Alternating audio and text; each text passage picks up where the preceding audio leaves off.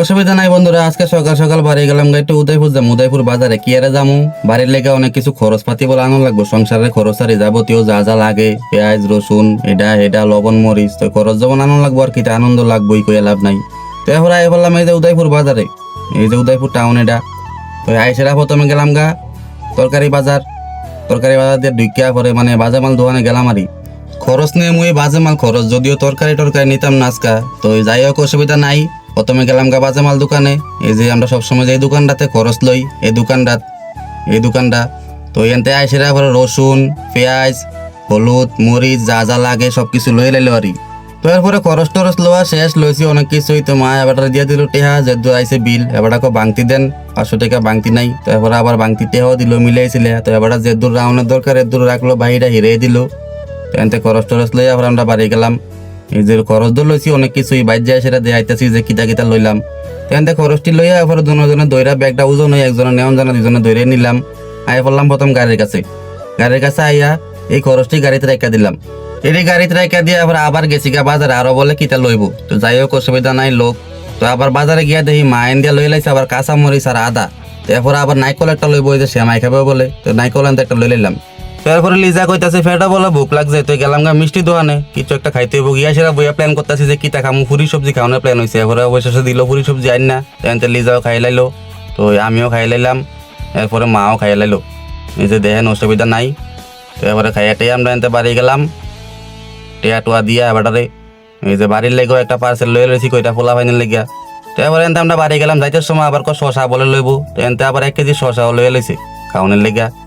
তো যাই হোক অসুবিধা নাই, শশা টশা লইয়া আবার আমরা বাড়ি গেলাম গা। বাড়ি যাবো, আবার লিজা আবার কইতাছে আইসক্রিম বলে খাইব। খাদকের কথা কিতা কইব, টিফিন তো খাইছে রা অনক এই আইসক্রিম খাইব আবার। আপনারা যে কোন খাদক না কইতাম ঘিরে মানে কি আরে খাদক না কইতাম, এবার চিন্তা করে চান অকন না মাত্র টিফিন দিয়ে খাবার আনলাম, অকন আইসক্রিম খাইব, নাইলে বলে বাঁচিত না। গায়ে আমার নাইলে গাড়িতে নামাই দাও, চিন্তা করছেন। এবার কি আর আপনারা কোন কি আরে খাদক কই, এবার চিন্তা করেন খাদক কি আরে কল লাগে। তো যাই হোক অসুবিধা নাই। এরপরে এনতে বাড়ি আমরা বললাম জামজুরি বাজার কি আরে গেলাম আবার। আমার গাড়ির নামে অনেকদিন ধরে একটা চালানাই রয়েছে অনলাইনে ফাইন, তো এটা দেওয়ার লাগবো। এবার গেলাম গা সুবিরার দোকানে।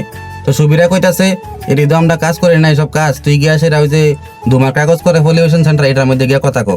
তো এরপরে আইবছি পলিউশন সেন্টারে আইসেরা বাইরে কইলাম দেওয়াছে ভাইয়াটা কি হয়েছে। তো ভাইয়া গাড়ির নাম্বারটা লেখা সেটা কম্পিউটারে টিপ দিয়া দেখে যেটা কি এর কেস, আসলে রয়েছে পার্কিং এর কেস। আমি বলে কোনদিন আগরতলা এয়ারপোর্ট গেছিলাম, মুসাবাজার গাড়িটা রাখছিলাম এদিকে নো পার্কিং এ, এই যে দেখেন। কিন্তু গাড়িটা যে রাখছি 7,000 ভিতরে আসছিল আমার চাকাটি, তো তবু কেস আইছে। তো যাই হোক অসুবিধা নাই, কেস যেমন আইছিল 500 টাকা ফাইন। তো আমরা এটা লেট করে দেওয়া হয়ে গেছে 2270 টাকা। তো এরপরে বাইরে দিয়ে দিছি 2,500 টাকা।